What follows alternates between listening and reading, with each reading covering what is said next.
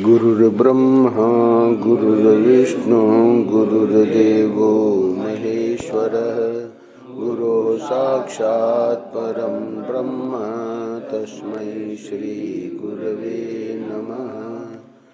नारायण नारायण नारायण नारायण। 28 दिसंबर। आज का पृष्ठ श्रीमद् वाल्मीकि रामायणामृत। परम पूज्य महाराज श्री के प्रवचन दिल्ली में बिरला मंदिर में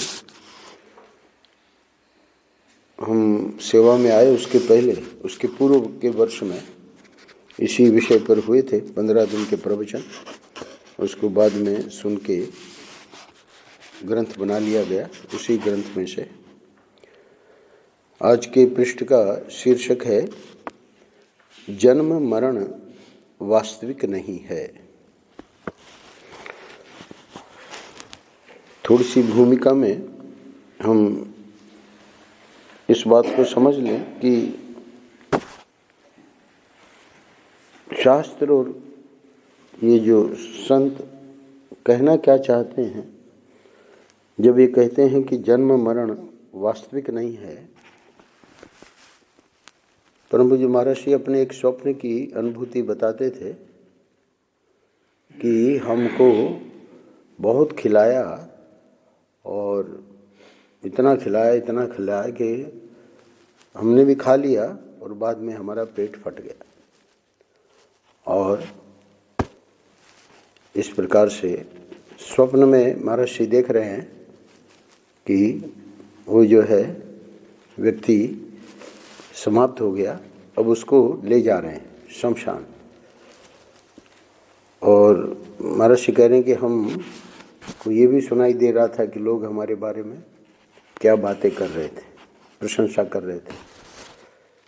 तो अब वो जो मृत्यु का अनुभव आप लोगों को भी हुआ होगा, स्वप्न में कभी कभी ऐसा होता है, तो वो वास्तविक नहीं है। क्यों? क्योंकि जब जागे तो पता लगा कि वो स्वप्न पुरुष में जो हमने तादाद में कर लिया था, तो उसकी मृत्यु को हम अपना मरण समझ रहे थे। तो व्यक्ति तो अभी जिंदा है। अच्छा, अब जागृत के बारे में जब ये कहते हैं कि जन्म मरण वास्तविक नहीं है, तो इसका अर्थ क्या है? स्वप्न से तो हम जागृत अवस्था में आते हैं। जागृत अवस्था से फिर कोई और अवस्था नहीं है जिसमें कि हम ये अनुभव करें कि भाई ये भी जो जागृत का जो जन्म मरण है वो भी वास्तविक नहीं है। एक वाक्य हमको बहुत बढ़िया मिला। वात्सल्यग्राम के जो ऋतंबरा जी हैं, उनके गुरुजी युग पुरुष परमानंद जी का हम सुन रहे थे। स्वप्न से जागना पड़ता है तब वास्तविकता का पता लगता है, और जागृत में जानना पड़ता है। वहाँ जागना पड़ता है, यहाँ जानना पड़ता है। तो जानेंगे कैसे? सत्संग में। संत और शास्त्र हमको बताएंगे कि ये जो यहाँ की हमारी अनुभूतियाँ हैं, मान्यताएं हैं, जो हमारी समझ है, उसमें कितनी सच्चाई है। तो यहाँ की अनुभूति, मान्यता या समझ है वो यही है कि भाई हम जन्मे हैं और हम मर जाएंगे। तो शरीर जन्मा है और शरीर मर जाएगा। आत्मा जो है वो ही असली वस्तु है जिसका शास्त्र और संत हमको दिग्दर्शन करना चाहते हैं। तो आज के पृष्ठ में भी किसी प्रसंग विशेष में महाराज श्री इस बात को समझा रहे हैं कि जन्म मरण वास्तविक नहीं है। पतंजलि महर्षि ने 5 क्लेश गिनाए। क्लेश का जो इस समय रूढ़ अर्थ हो गया है, मुझे बहुत क्लेश हो रहा है, यानी मुझे बहुत दुख हो रहा है। पर क्लेश का अर्थ महर्षि ने समझाया है, क्लेश का अर्थ दुख नहीं है। क्लेश जो है दुख का कारण है। तो दुख के कारण 5 हैं: अविद्या, अस्मिता, राग, द्वेष और अभिनिवेश। अभी रामचरितमानस का परम पूज्य महर्षि का मैं सुन रहा हूँ, तो उसमें महर्षि ने समझाया कि ये जो 5 कारण हैं, इसमें अविद्या तो मूल है ही है, अज्ञान हमारा, और वो ज्ञान ही प्राप्त करने के लिए हम सत्संग करते हैं। तो अविद्या को तो हटते हटते हटते हटते काफ़ी देर लगेगी, क्योंकि उसके पहले जितनी गलत मान्यताएं हमने बना रखी हैं व्यवहार चलता रहेगा। व्यवहार में कोई गड़बड़ी नहीं होगी, पर वो जो गलत मान्यताएं हैं उनके निकल जाने से फिर भय नहीं रहेगा। क्यों? क्योंकि क्लेश में यानी दुख के कारणों में अभिनिवेश जो आखिरी है, 5वां, उसका अर्थ है कि ये देह को जो मैं मान रहे हैं हम लोग, इसी को अभिनिवेश कहते हैं। ये पारिभाषिक शब्द है। तो ये भी क्लेश है। क्यों क्लेश है?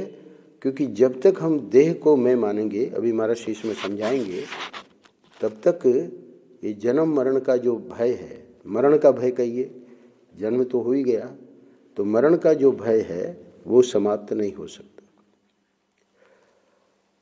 आप जानते होंगे, परम पूज्य महर्षि बता रहे हैं कि हमारे शास्त्रों में जन्म मरण को सच्चा नहीं माना जाता।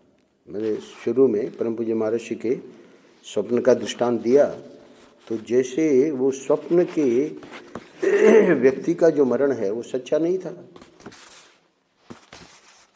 ठीक इसी प्रकार अब इस समय हम देख रहे हैं कि भाई फलाने हमारे रिश्ते में दादाजी या नाना जी या परदादा जी परनाना जी अब नहीं रहे, तो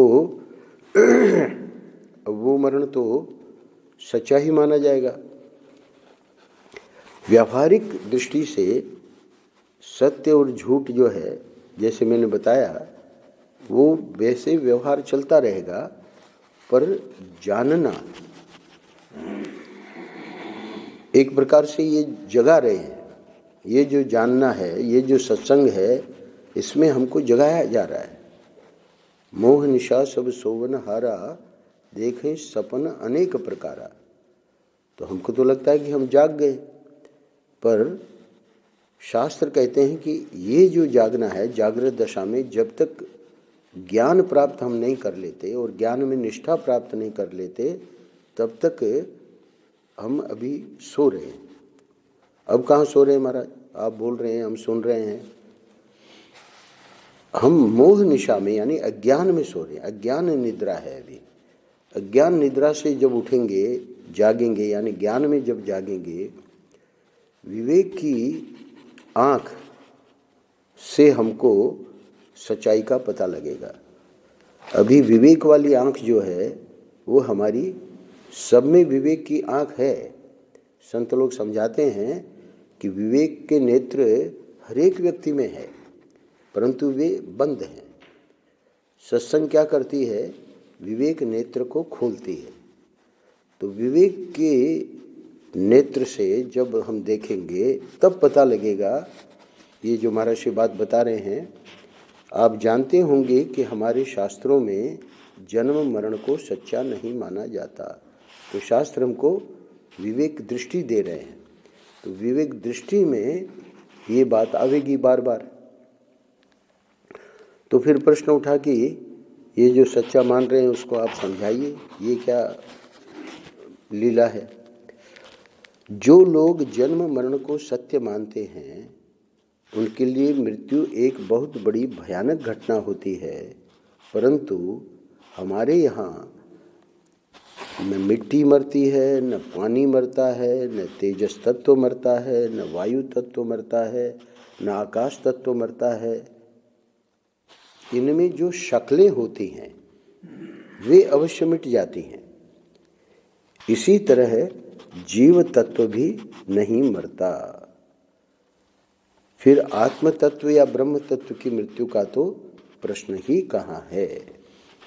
तो इस प्रकार महर्षि ने बहुत संक्षेप में ये रहस्य बता दिया कि ये जो लीला है वो लीला ये है कि जो सत्य मान रहे हैं, यानी शास्त्र की संत की बात को मानने को तैयार नहीं है, तो उनके लिए तो मृत्यु एक बड़ी भयानक घटना होती है।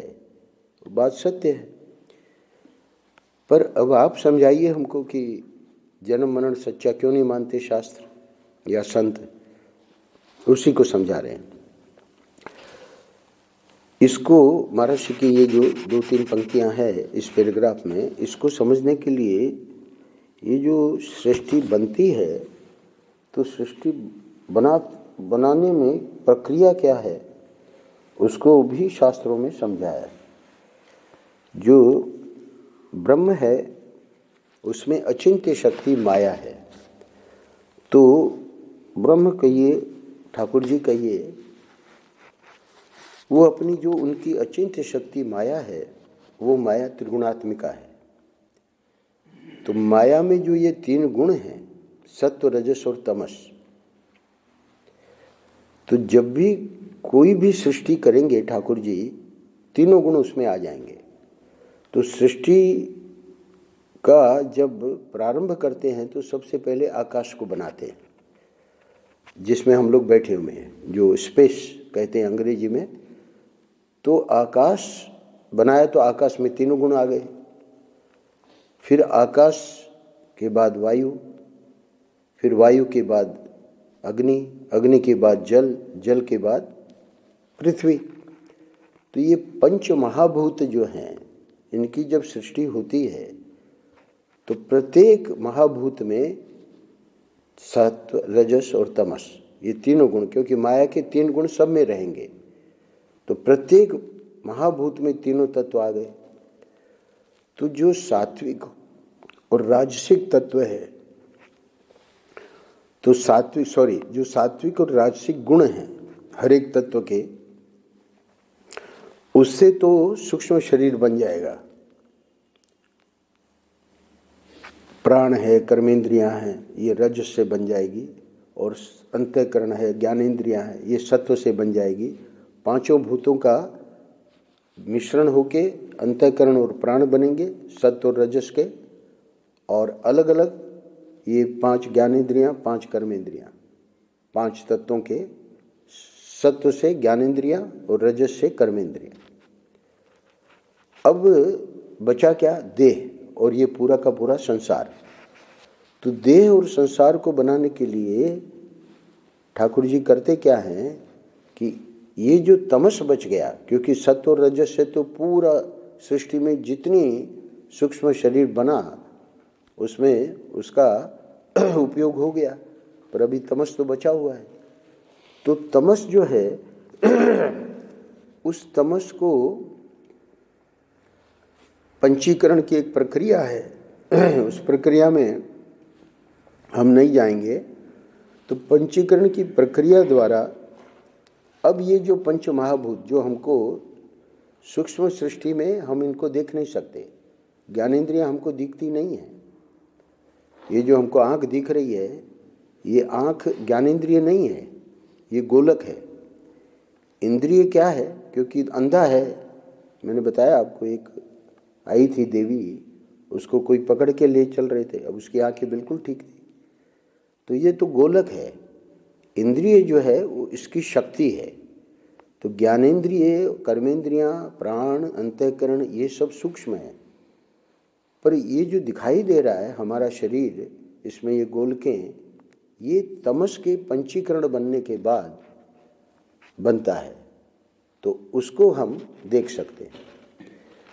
अच्छा, यहाँ क्या कहा जा रहा है, ये बात मैंने क्यों बताई कि इन 5 महाभूतों से ये पूरी सृष्टि हुई, और ये 5 महाभूत जो हैं ये मरते नहीं हैं। परंतु हमारे यहाँ 5 महाभूतों के नाम ले लिए महर्षि ने, ये मरते नहीं हैं। तो मरता कौन है? इनमें जो शक्लें होती हैं, तो अब ये शक्ल लेके जितना पूरा संसार, पशु पक्षी प्राणी है ना, सबको ले लीजिए, तो ये शक्लें हैं महाभूतों में। तो वो जो शक्लें हैं वो मिटेंगी, और तत्व वैसे के वैसे ही रहेंगे। आकाश आकाश में मिल जाएगा, है ना, हमारे शरीर का आकाश आकाश में मिल जाएगा, हमारे शरीर की जो वायु है वो समष्टि वायु में मिल जाएगी, हमारे शरीर का जो अग्नि तत्व है वो समष्टि अग्नि तत्व में मिल जाएगा, और जल जल तत्व में, और मिट्टी मिट्टी तत्व में। तो इसलिए तत्व तो वैसे के वैसे ही रहे, पर शक्ल जो है वो मिट्टी। इस बात को अगर हम पकड़ सकते हैं तो फिर इससे जो सूक्ष्म, अभी जो मैंने सूक्ष्म शरीर की बात करी, तो उसका तो कहते ही हैं कि भाई उसका जीवात्मा है ना, राजा भरत जो है वो हरिणी के शरीर में चले गए। तो कौन चला गया? भरत को तो जला दिया, उनके स्थूल शरीर को तो जला दिया, तो सूक्ष्म शरीर जो है वो जो है हरिण के शरीर में चला गया, दूसरा चोला मिल गया। तो महाराज जी कहा करते थे कि ठाकुर जी ने जीव को, ठाकुर जी मरने ही नहीं देते, पहले से ही 84 लाख ड्रेसेज प्रत्येक जीव के लिए तैयार है कि तेरे को जो पसंद है वो तू ले ले। तो इसलिए कह रहे महाराज जी, इसी तरह जीव तत्व भी नहीं मरता, तो फिर जीव तत्व के मूल में जो अभी अभी मैंने कहा ब्रह्म की अचिंत्य शक्ति, ठाकुर जी की अचिंत्य शक्ति, तो ठाकुर जी कहिए, ब्रह्म कहिए, आत्मा कहिए, उसका तो मरने का प्रश्न ही नहीं। अगर इतनी बात स्पष्ट हो गई तो अब ये आज का जो पृष्ठ है वो इतना कठिन नहीं है। जन्म मरण वास्तविक नहीं है, और इसीलिए हमारे वीर पुरुष जन्म मरण से नहीं डरते। आया है स्वतंत्रता में जो लोग लड़े स्वतंत्रता के, गीता का गुटका रखते थे हाथ में और हंसते हंसते फांसी पे चढ़ जाते थे। आश्चर्य है, फांसी पे चढ़ाया जा रहा है और अंग्रेज लोग बड़े आश्चर्यचकित हो जाते थे, है ना, हंसते हंसते कि मरेंगे तो मरेंगे का मतलब फांसी दे रहे हैं, फिर जन्म होगा, तो फिर जन्म होगा तो फिर हम देश के लिए लड़ेंगे, ऐसा उनका भाव रहता था। तो जो वीर पुरुष ये जन्म मरण से नहीं डरते। वीर का मतलब दोनों है, स्वतंत्रता सेनानी का तो मैंने दृष्टांत दे दिया, पर जितने शास्त्र का जो आस्तिक लोग हैं और शास्त्र को समझते हैं और उसका अनुभव करते हैं, है ना, वे नहीं डरते। डरते वे लोग हैं जो यह मानते हैं कि आगे जन्म होगा ही नहीं। वही लोग कहते हैं कि हाय हाय फिर हमको यह मनुष्य शरीर नहीं मिलेगा। इसी तरह जो पूर्व जन्म नहीं मानते, नहीं मिलेगा का मतलब आगे जब जन्म है और मरण है ही नहीं, मरण के बाद जन्म है ही नहीं, तो शरीर मिलने का प्रश्न ही नहीं है। अच्छा, ये तो हो गई पुनर्जन्म की बात। पूर्व जन्म भी नहीं मानते कि हमारे कभी पहले पूर्व जन्म था, तो वे लोग भी मृत्यु से डरते हैं। तो ये पूर्व जन्म और पुनर्जन्म की जो मान्यता है वो हमको निर्भीक कर देती है। परम पूज्य महाराज श्री का थोड़ा सा देख लीजिए, 25 अप्रैल को एक महाराज श्री ने इसी विषय को लेकर कहा है कि मरने का डर किसको। तो 25 अप्रैल में बहुत बढ़िया समझाया है कि वो धर्मात्मा हो, चाहे ज्ञानी हो, चाहे भक्त हो, चाहे, है ना, कवि हो, कोई नहीं डरता। शुरू का थोड़ा सा अंश ये आज के पृष्ठ को और स्पष्ट कर देता है। 25 अप्रैल में महर्षि ने दृश्य विवेक, ये वेदांत का ग्रंथ है, उसकी व्याख्या में बताया कि मृत्यु का भय बिल्कुल मन की कमजोरी है। कवि लोग तो कहते हैं कि मौत एक मीठा सपना है, भक्त लोग कहते हैं कि मरने के बाद हम अपने प्यारे के गले से लग जाएंगे, अभी तो वह वैकुंठ में है, गोलोक में है, हम उससे दूर हैं, हम तो उसके प्रेमी हैं, भक्ति करते हैं, तो आतुर रहते हैं मरने के बाद हम उसके गले से चिपट जाएंगे। भक्त लोगों को भी डर नहीं है, कवि को भी डर नहीं है। धर्मात्मा लोग कहते हैं मरने के बाद हम स्वर्ग में जाएंगे, वहाँ तो हमें बढ़िया पार्क मिलेगा, टहलने के लिए कई कई अप्सराएं मिलेंगी, पार्क टहलने के लिए और अप्सराएं भोग के लिए। देवता सरीखा भोग की शक्ति वाला हमारा शरीर होगा। धर्मात्मा लोग भी नहीं डरते। ज्ञानी लोग कहते हैं आना जाना कहाँ है, कहीं ना आना न जाना, परिपूर्ण ब्रह्म है। तो अब वापस आ जाइए। महाराज जी कह रहे हैं 28 दिसंबर में कि ये जो पुनर्जन्म और पूर्व जन्म नहीं मानते हैं वही लोग डरते हैं, किंतु हमारे मतलब हम लोग पूर्व जन्म भी मानते हैं, पुनर्जन्म भी मानते हैं, तो हमारे डरने का कोई कारण नहीं है। अच्छा, तत्व तो लोक व्यवहार की दृष्टि से भी अजर अमर होते हैं, है ना। तो ये 5 महाभूत जो हैं, है ना, और हर एक को तत्व बताया है। तेजस तत्व, वायु तत्व, आकाश तत्व। तो ये जो तत्व हैं ये तो सब लोग जानते हैं कि भाई वो तो लोक व्यवहार की दृष्टि से भी अजर अमर होते हैं। फिर आत्मा के अजर अमर होने में तो कोई संदेह ही नहीं है। तो उस बात को फिर पक्का कर दिया कि पूर्व जन्म और पुनर्जन्म मानने वालों को डरने की कोई आवश्यकता ही नहीं है। तो फिर ये मृत्यु को हम किस भाव में लें, यानी ऐसी कोई बात आप हमको समझाइए जिससे मृत्यु से हमको भय न लगे, उसको समझा रहे हैं। मृत्यु भावना बदलने का ही एक नाम है। अब जब हम जीव हैं, हमारी जो असली पहचान है वो जीव है, वो जीव कभी मरेगा नहीं, तो फिर हो क्या रहा है? तो उसी को समझा रहे हैं कि भावना बदल गई। पहले वो राजा भरत था, अब वो हरिण हो गया। अब हरिण के शरीर में उसको स्मृति है कि मैं राजा भरत था। बाद में फिर ब्राह्मण घर में जन्म हुआ, तो ब्राह्मण बालक को स्मृति है कि मैं पूर्व जन्म में हरिण था और उसके पूर्व जन्म में राजा भरत था। तो ये क्या हुआ? इसका मतलब भाव बदल रहा है। जीव जो है वो तो वैसे के वैसे ही है, सूक्ष्म शरीर जो है वो वैसे के वैसे ही है। तो मृत्यु का अर्थ क्या हो गया? कभी हरिण बन गया, कभी, है ना, दूसरा कुछ बन गया, आगे बताएंगे स्पष्ट करके। तो मृत्यु को अगर हम इस प्रकार ले लें कि भावना ही बदल रही है, सचमुच में कुछ हो नहीं रहा है। क्यों? क्योंकि जीव वैसे के वैसे ही बना। भाई ये जो मैं पहने हुए हूँ, अब ये समझो फट गया है ना, तो अब इसको निकाल के और दूसरा नया पहन लेता हूँ।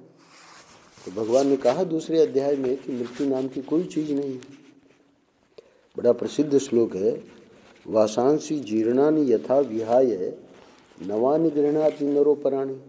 भाई पुराना कपड़ा हो गया, हम सब लोग उसको छोड़ देते हैं, नया पहन लेते हैं। तो वासांसी जीर्णानि यथा विहाय नवानि गृह्णाति नरोपराणि तथा शरीराणि विहाय जीर्णानि। शरीर महाराज क्या हो गया? बोले 100 साल के हो गए, तो अब क्या है? अभी जिंदा रहने की है ख्वाहिश? नहीं। अब हमारे महेशान जी कहते हैं ये तो हम बोनस, यानी 60 के बाद जो भी हमारा उम्र है ये तो बोनस है।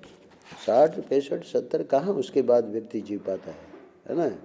तो समझो 80 के हो गए, 90 के हो गए, 100 के हो गए, है ना।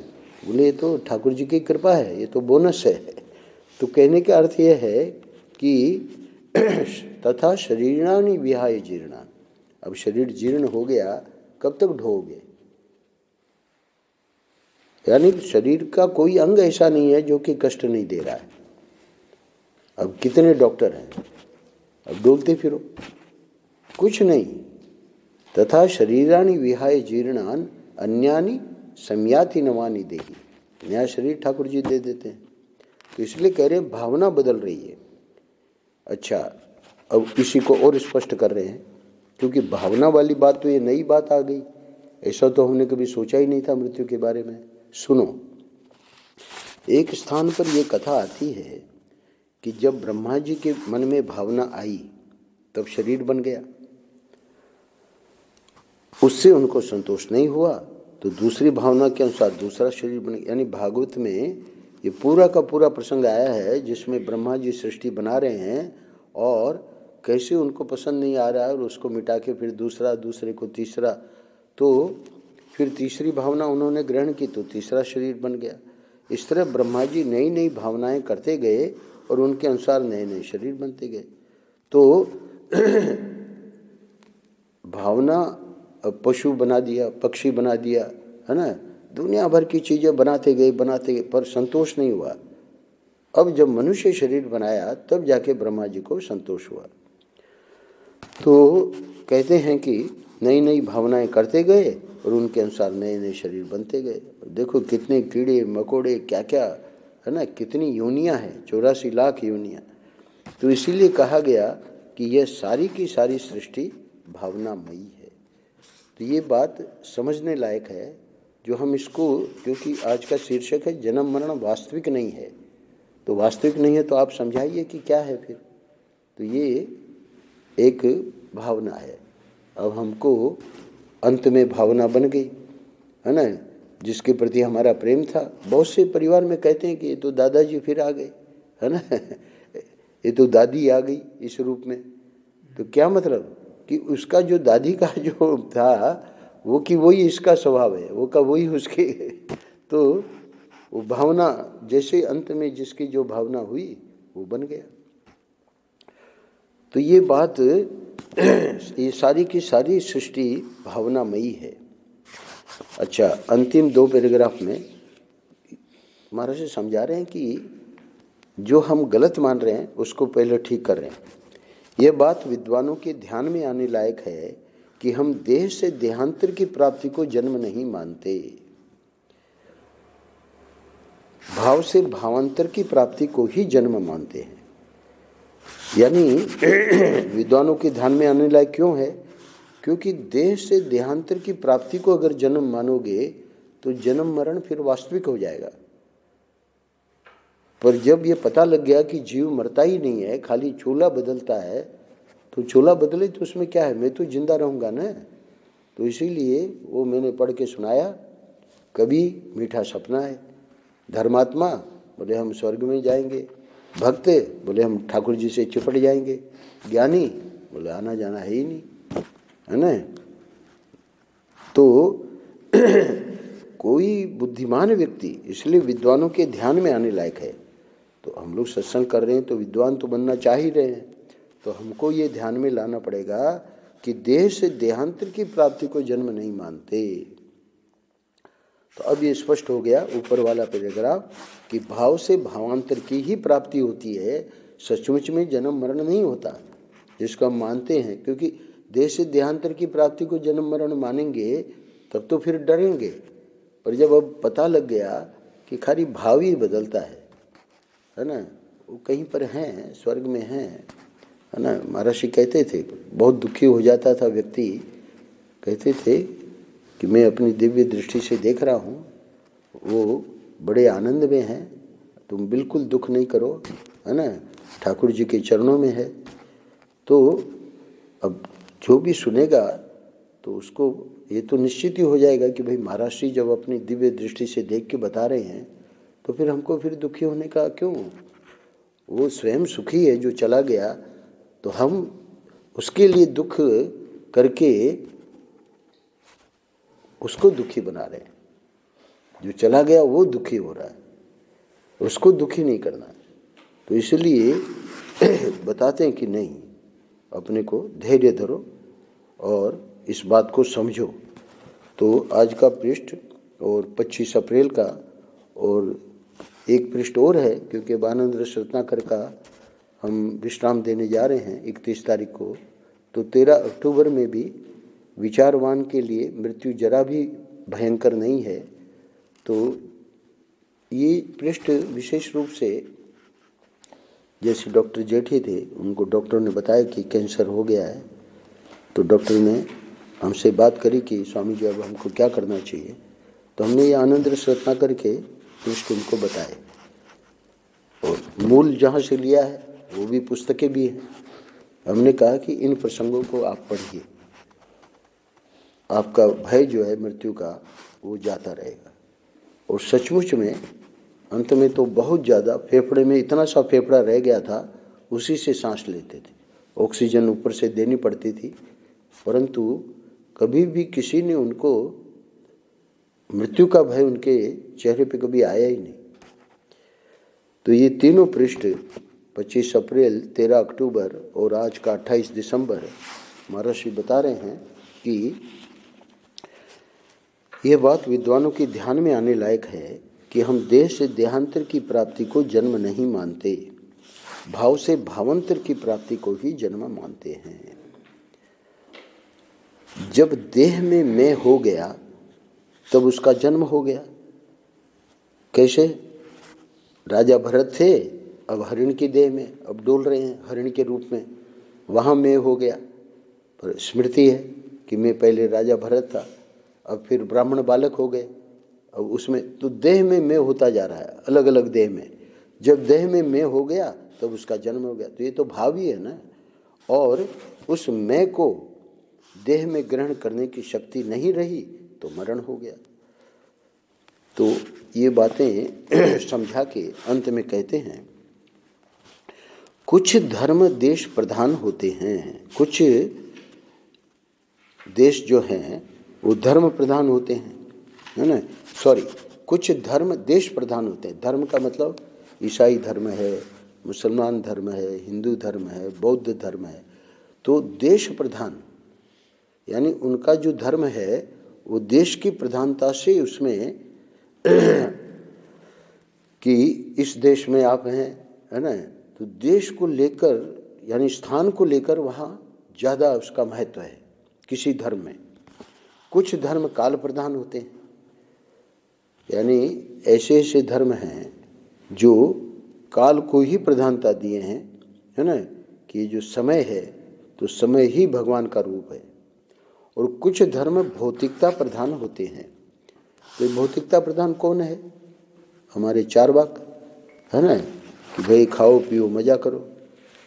किंतु हमारा धर्म देश प्रधान कौन धर्म है, काल प्रधान कौन धर्म है, अन्यत्र महर्षि ने बताया है ना। जो जैन धर्म है उसको देश प्रधान माना है, और काल प्रधान शायद बौद्ध धर्म को माना है। तो ये भौतिकता प्रधान ये तो ही है चारवाक, यानी पूरा संसार जो कि आस्तिक नहीं है, नास्तिक है। किंतु हमारा धर्म यानी सनातन वैदिक धर्म जो है वो शुद्ध ब्रह्म चैतन्य प्रधान है। ये महर्षि क्यों बता रहे हैं?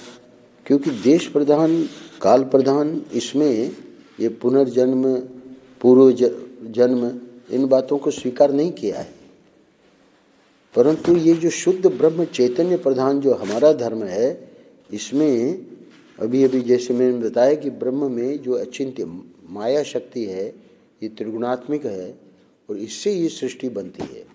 तो माया का अर्थ क्या है कि सच्ची नहीं बनती। अचिंत्य शक्ति माया का अर्थ ही यही है कि ये ठाकुर जी की लीला है, खेल है उनका।